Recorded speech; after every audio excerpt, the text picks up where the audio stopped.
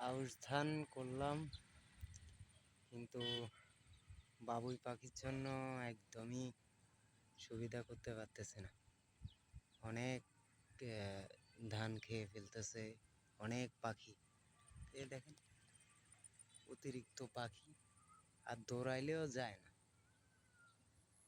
এখন জাল বসাইলাম, জালেও কোনো কাজ হয় না।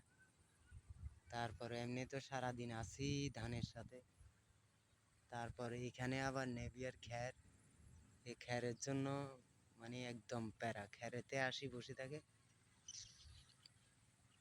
ওদের জন্য একটু সমস্যা। এতক্ষণ তো অনেকগুলা ছিল, এখন কোথায় যায় বসে রয়েছে কি জানি। এই ধান ক্ষেতের জন্য আজকে কয়টা দিন এখানে দিনে রাইতে বসে আছি।